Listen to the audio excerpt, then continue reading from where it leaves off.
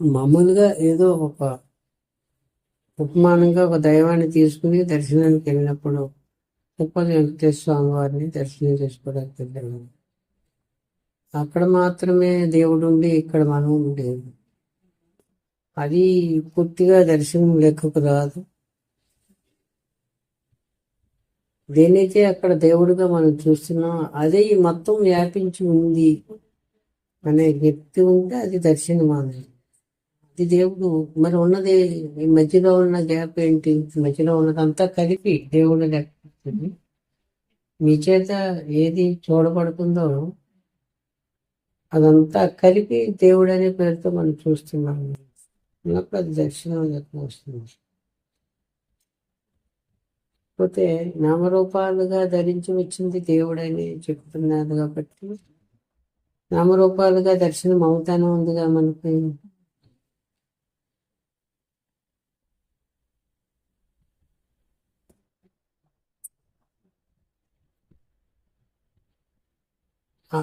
అక్కడ మాత్రమే వ్యక్తిని చూస్తే వ్యక్తి దర్శనం అవుతుంది. మొత్తం కలిపి చూస్తూ వ్యక్తిని కూడా చూస్తే దైవ దర్శనం అవుతుంది. ఏమైందండి? మీరని ఆ వ్యక్తిని మిమ్మల్ని చూపించి మీరు మాత్రమే వ్యక్తిని మిమ్మల్ని చూస్తే వ్యక్తి దర్శనం అవుతుంది. మొత్తం కలిపి చూస్తామన్నమాట. ఆ చూడడంలో మీరు కూడా ఉంటారు. ఇది దర్శనం, ఇది దైవ దర్శనమే, వ్యక్తి దర్శనం రాదు.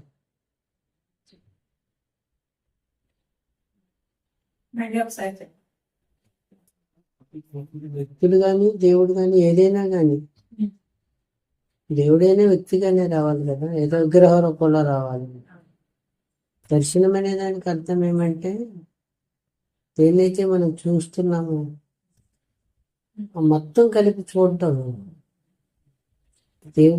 దేవుడు అనే పదానికి అర్థం ఏంటంటే మొత్తం అని అర్థం అండి. గురువు అనే పదానికి మొత్తము అని అర్థం. భగవాన్ అనే దానికి డ్యాష్ పెట్టి మొత్తం అని రాసుకోవాలి. అంటే చూసే నాతో మీరు ఎవరిని చూస్తున్నారో వారు చూస్తే నీతో కాదు, మీరు గుర్తే మిమ్మల్ని మినాయించుకుని చూసేటప్పుడు కూడా అది మనం అది వేరు, ఆ వెర్షన్ వేరు. అది సిద్ధాంతం, అది సాక్షి దగ్గర చెప్పుకుంటాం అన్నమాట. సాక్షి నుంచి ఈ వైపుకి వచ్చేసిన తర్వాత కూడా వ్యక్తిగా ఉండి మీరు చూస్తున్నాను అనుకునేటప్పుడు కూడా మొత్తం కలిపి చూడడం కనుక మీకు అలవాటు అయితే అది దైవం అవుతుంది. ఆ దైవమే మీరు నిజంగా దైవాన్ని దర్శిస్తున్నారు కాబట్టి దైవంగా మిగిలిపోతారు. అంటే అక్కడ విగ్రహంతో పాటు ఇతరాన్ని కూడా దైవంగా చూడగలుగుతారు. మొత్తం కలిపి చూడటమే దైవంగా చూడటము. దైవం అనే దానికి అర్థము మొత్తం అనండి. అక్కడ దాకా చూపెళ్ళి ఆగిపోతే వ్యక్తి దర్శనం అవుతుందండి. మొత్తం కలిపి చూస్తాం అనమాట, ఆ వ్యక్తిని కూడా చూస్తాము. అది దైవ దర్శనం అవుతుంది. దైవం అనే దానికి మొత్తం అని అర్థం అండి. దైవం అంటే మొత్తం అని.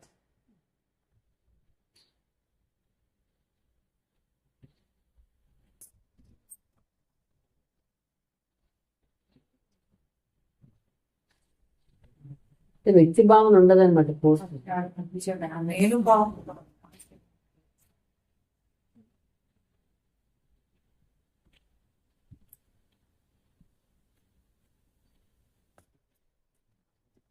అంటే చూసేవారికి వ్యక్తి భావన ఉంది. చూసేవారు వ్యక్తి కాదు, చూడబడే దాని దగ్గరికి వచ్చిన తర్వాత కదా వ్యక్తితో సహా కలిపి మొత్తం వ్యక్తితో కలిపి అంతరిక్షం కలిపి స్పేస్ అంతా కలిపి కదా మనం చూస్తున్నాము. సరౌండర్ ఇట్లా ఇదంతా కనిపిస్తుంది నాకు. ఇదంతా కలిపి తానన్నమాట. తనచే చూడబడేది అంతా కలిపి తానే అనే దానికి అర్థము చెప్పుకున్నాం కదా. నేను అంటే నువ్వు నాతో చూడబడేది అంతా కలిపి నేనని కదా. మీకలా అది వ్యక్తికి రాకపోయినా మీచే చూడబడే దాంట్లో ఒక భాగాన్ని చూస్తే వ్యక్తిని మనం సంబోధిస్తున్నాము కాదు, చూడబడేది అంతా కలిపి చూస్తాము, అందులో వ్యక్తి కూడా ఉంటారనమాట, మీరు కూడా ఉంటారు. అంటే ఒకదాని మీదే పెడుతున్నామండి దృష్టి, ఈ మధ్యలోది కాకుండా పోతుంది కదా. అంతా కలిపి దేవుడు, దేవుడు అనే దానికి మొత్తం అని అర్థం అండి. మీచే చూడబడే అంతా కలిపి మీరే.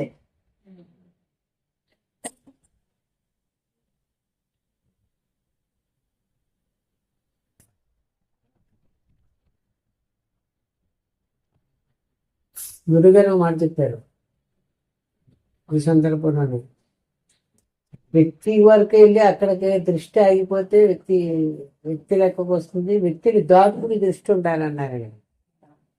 చూసే దృష్టి ఉంటుంది కదా, ఆ చూడడం అనేది వ్యక్తిని దాటి ఉండాలన్నమాట. వ్యక్తి దాకా వెళ్ళి ఆగిపోతుంది.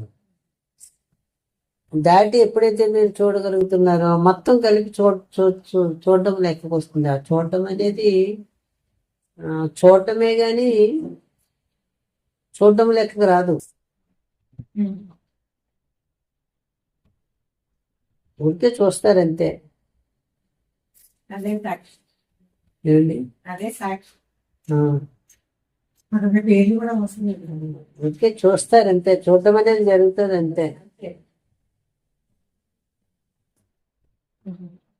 వ్యక్తి వరకు వచ్చి ఆగిపోతే లెక్క మారిపోతుంది. వ్యక్తిని దాటుకుని ఉండాలి చూపు అన్నారు.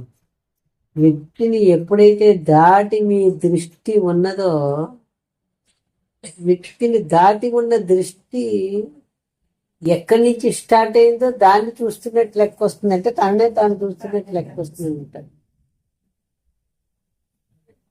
ద్రష్ట, దృష్టి, దృశ్యము 3 భాగాలుగా ఉంది. ద్రష్ట ఉంది, దృష్టి ఉంది, దృశ్యం ఉంది కదా. ద్రష్ట లేకుండా దృష్టి ఉండదు, దృష్టి లేకపోతే దృశ్యం ఉండదు. ద్రష్టే దృష్టిగా దృశ్యముగా ఉంది. ఈ దృశ్యము ఒక్కదాని మీద పెట్టినప్పుడు పరిణామం లెక్క వస్తుంది. దృశ్యం అంతా ఆవహించి ఉంది. ద్రష్టే దృశ్యమంతా ఆవహించి దృశ్యముగా ఉన్నది. అందులో దృశ్యంలో ఒకానొక శరీరము, మీరు నేను వీళ్ళందరూ శరీరాలు లెక్క వస్తున్నాయి కదా. దేహాత్మ భావన అంటే ఈ దేహము మాత్రమే నేను అనుకోవడము దేహాత్మ భావనని మనం విన్నాము. ఆ దేహము కూడా దేహం అనుకోవడం దేహాత్మ భావనే. మరి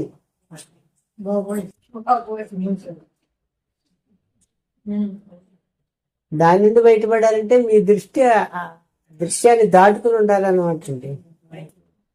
వెంకటేశ్వర స్వామి విగ్రహాన్ని మొత్తం కలిపి చూడాలి. విగ్రహం అనుకుంటే మొత్తం అంతా కలిపి వెంకటేశ్వర స్వామి వారు అన్నట్టండి.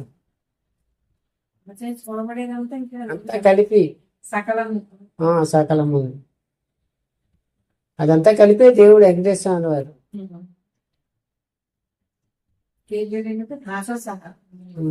కనిపించే దృశ్యం అంతానండి. ఇంకా మరొక పేరులో చెప్పాలంటే కనిపించేది మొత్తం అంతా కలిపి చూస్తే దేవుడు లెక్క వస్తుందండి. ఒక్కదాన్ని చూసినప్పుడు ఆ ఒక్కటే లెక్క వస్తుందండి. ఇప్పుడు రుమాలు ఉందండి, ఇది రుమాలు ఒక్కదాన్ని చూస్తే రుమాలు లెక్క వస్తుంది. మొత్తం కలిపి చూస్తున్నాను అనమాట. అందులో రుమాలు కూడా ఉంది.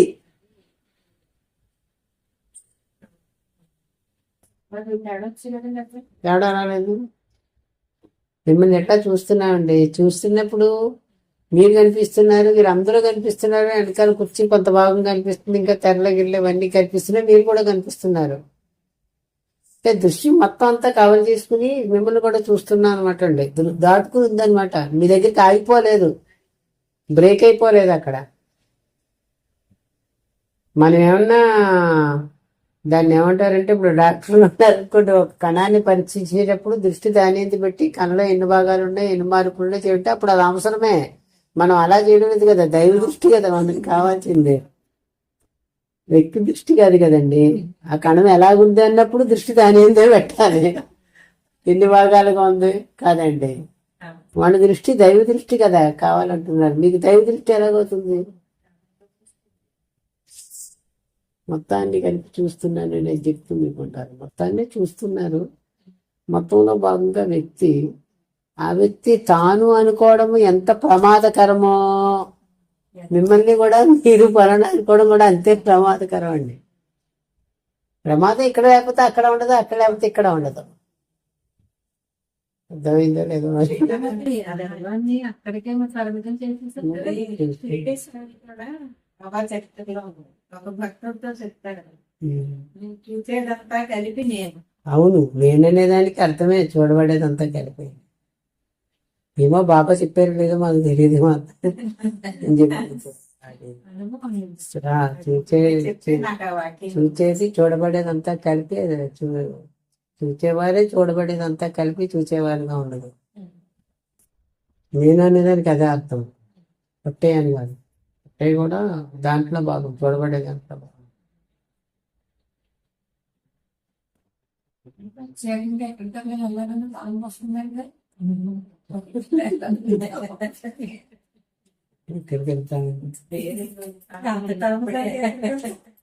అందుకే దేవుడి గురించి ఎక్కడికి వెళ్ళకూడదు. దేవుడి గురించి ఎక్కడికి కూడా కలపకూడదు. నేను చూడలేదు. అంటే మన దాంట్లో ఒక మాట ఉంది, దేవుడు అర్థం అవడం, దేవుణ్ణి చూడడం, దేవుని దర్శించడం, దేవుణ్ణి కొలవడము నిజమైతే దేవుడు అగుట అని ఉంటుంది. మౌన భాషలో కూడా రాసి ఉంటుంది. దేవుణ్ణి కొలవడం అంటే దేవుడే అగుట. ప్రతి వ్యక్తికి భావం ఉండదు, అదే కొలవడం, అదే తరవడం. దేవుడు అనేది ముక్తం కదా, మరి సంబంధించిన దేవుడన్నా గురువు అన్నా మొత్తం ప్రత్యేకం.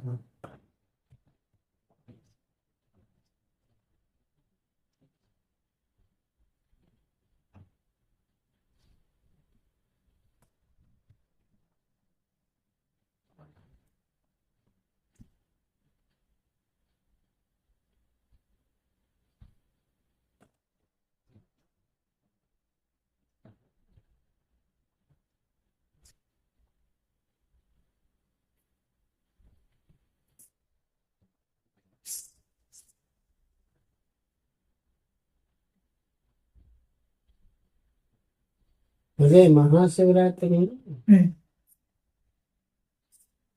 ఎందుకు వచ్చింది అనే దానికి రెండు సందర్భాలు చెప్తున్నారు. ఒకటి జ్యోతిస్తంభ రూపంలో సాక్షాత్కరించింది, ఒకటి రెండు శివపార్వతుల కళ్యాణం కూడా అదే జరిగింది. రెండు కథలు ఉన్నాయి.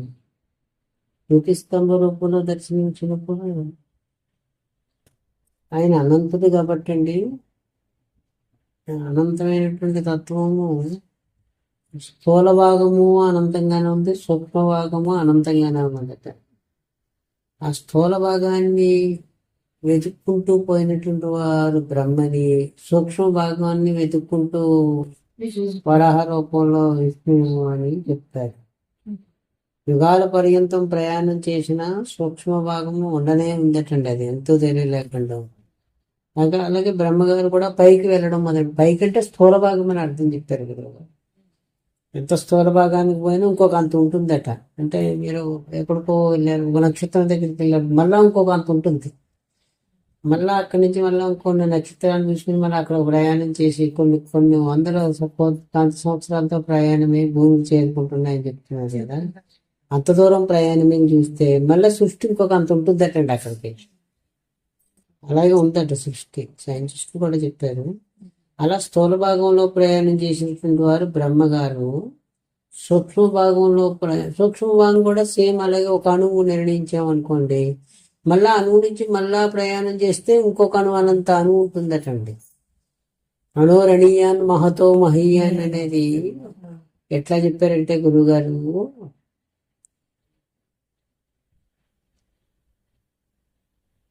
ఇప్పుడు మనం దేన్నైతే బ్రహ్మాండం అంటున్నామో ఆ బ్రహ్మాండాన్ని అణువంత చిన్నదిగా చేసి,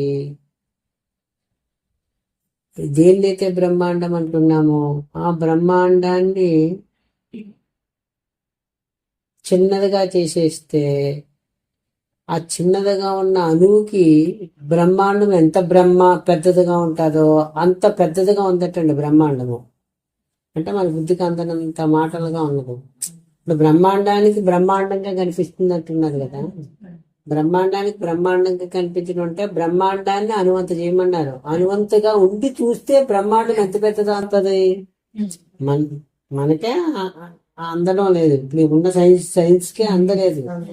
అంతగా అందిన వరకు ఏదో కొన్ని మాటలు చెప్పి చెప్పి చెప్పి చెప్పి కొన్ని యూట్యూబ్లో కూడా పెడుతున్నారు. ఇటీవల చెప్పి సైన్స్ తర్వాత గెలక్షన్లో పాలపుత్రులు ఇవన్నీ దారిన తర్వాత ఏదో ఏదో ఇంత తర్వాత ఇంకా అందరూ లేదని కూడా చెప్పారండి. ఎన్నో ఉన్నాయి. ఇదంతా కలిపి బ్రహ్మాండం. ఈ బ్రహ్మాండం అంతా కలిపి ఒక అణువంత చేసిన తర్వాత ఈ అణువుకు బ్రహ్మాండం ఎంత పెద్దదో అంతది అంత పెద్దదిగా ఉందటండి బ్రహ్మం అనేది.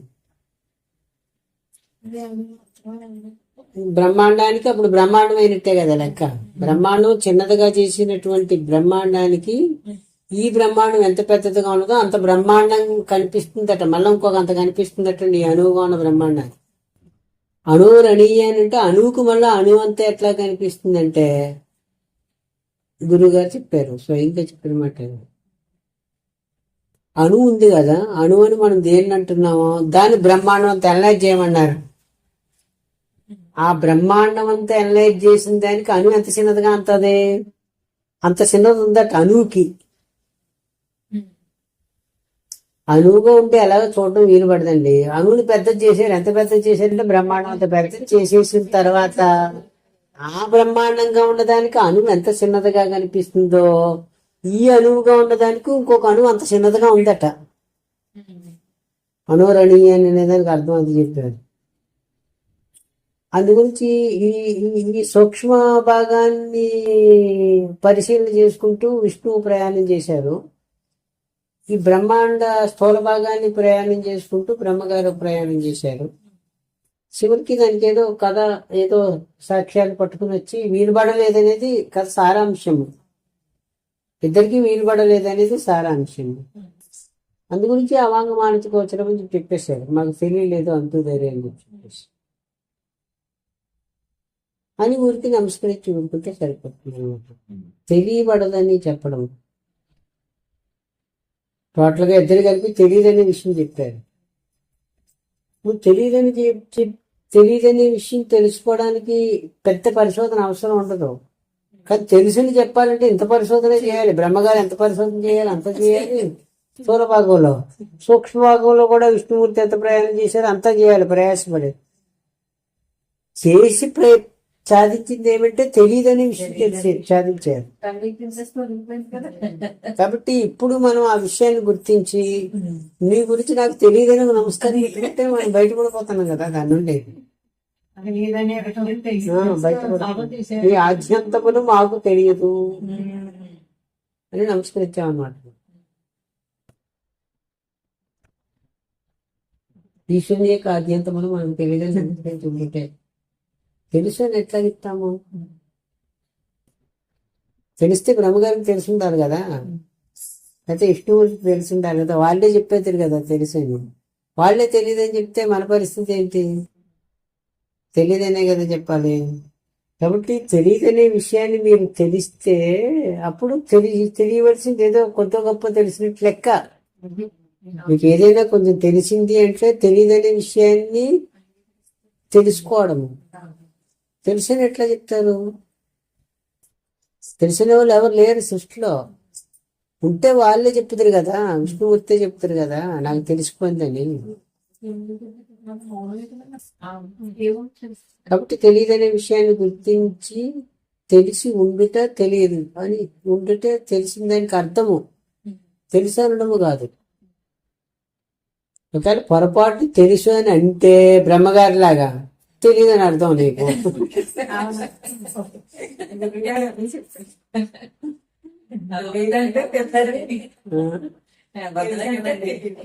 అబద్ధం ఆడినట్టు అనమాట. తెలిసేది ఎట్లా చెప్తాం? మీ అన్నం ఎట్లా జీర్ణం అవుతుందో మీకు తెలుసా? పోనీ బ్రహ్మాండం సంగతి దేవుడేని. ఈ శ్వాస ఎట్లా స్పందిస్తుంది, ఎలాగా ఇస్తుంది, ఎలా చేస్తుంది తెలుసా? మనకు తెలియదు. కాబట్టి తెలియదనే దాంట్లోనే సుఖం, దాని అంతటా అదే జరుగుతుంది. కాబట్టి మీకు తెలుసా తెలియదంటే తెలియదు. తెలియదనే విషయం తెలిస్తే మీరు స్థిమితి పడిపోలేదు. ఏదో ఉపాయం చేత మనసు స్థిమితి పడిపోతే ఆలోచనలు ఎందుకు వస్తాయి? తెలిసినప్పుడు కదా మీకు ఆలోచనలు వస్తాయి. తెలియదంటే ఆగిపోతుందండి అక్కడ.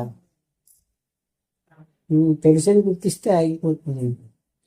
ఒక విషయం తెలిసిన మీకు, ఈ ఈ వేదాంతపరమైనటువంటి జిజ్ఞాస తెలియని వాళ్ళు, ఈ విచారణ వ్యవహారము తెలియని వారు, ఈ భక్తి వ్యవహారము తెలియని వారు మనకంటే స్థిమితంగా ఉంటున్నారు.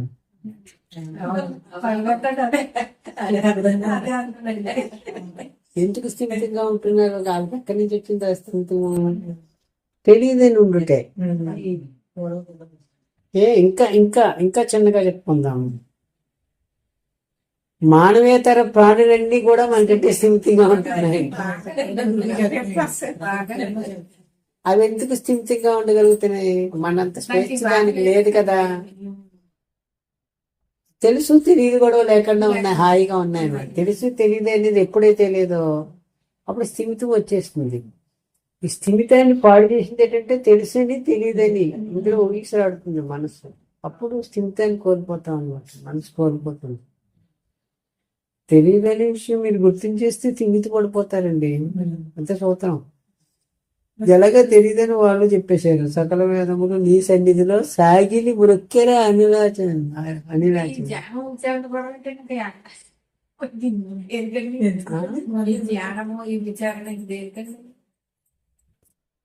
తెలియదని విషయం తెలుసని అనుకుంటున్నారు కదా. మీకేదో తెలుసు తెలుసు మీరేదో సాధిద్దామని అనుకుంటున్నారు. ఫైనల్ గా తెలుస్తున్నారు అంటే మీ వల్ల కాదనే విషయం గుర్తించగలుగుతారు. చెయ్యమని చెప్పడం లేదు, సాధించలేదని గుర్తిస్తే ఇప్పుడే మానేస్తారు. ఇంకా సాధించగలము అనేది మీకు ఉంది కాబట్టి నమ్మకం చేస్తున్నారు. మీ ద్వారా జరుగుతుంది, మీరు ఉపకరణం మాత్రమే దానికి, ఈశ్వరునికి. మీ వల్ల జరుగుతుంది అనేది మీకు ఉందండి ఒకంత. కాబట్టి మీరు ధ్యానాది సాధనలు చేస్తున్నారు. మీ వల్ల ఏమీ జరగదండి. మీ అన్నం కూడా మీరు జీర్ణం చేసుకోవడం కుదరదు, దానికి అది జరగాలి అని విషయం గుర్తించేస్తే మీరు ఊరుకుంటూ పోతున్నారు కదా. మొత్తం అదే జరుగుతుంది. మీరు గుర్తించినా అదే జరుగుతుంది, మీరు గుర్తించకపోయినా అదే జరుగుతుంది. అదే తల్లి గారికి ఉపదేశం చేశారు భగవాన్. సూర్యుడికి నిర్ణయం మేరకే అదంతా జరుగుతుంది, నీ ఇచ్చానుసారంగా ఏం జరగడం లేదు, జరగవలసింది జరుగుతుంది, జరగదని. ఇంకా మీరు మనం చేసేది ఏమంటే అక్కడ ఊరక ఉండడమే కదా. ఒలకక పలుకక ఓరక ఉంటేనే ఉత్తమ యోగిని అనిరాచన. ఓరుకుంటే సరిపోతుంది కదా. నాన్నగారు కూడా సాధనలో ఏది లేదని తెలిసే వరకు సాధన చేయాలి. అవును, అంటే ఎవరో చెప్పింది మాట కాకుండా మీకు తెలియాలి కదా, మీ అంతటా మీరు గుర్తించడం కొరకు. ఇప్పుడే గుర్తిస్తే ఓకే. చివరికి గుర్తించేది ఇదేని మన వల్ల కాదు అని మీకు కూడా తెలుస్తుంది.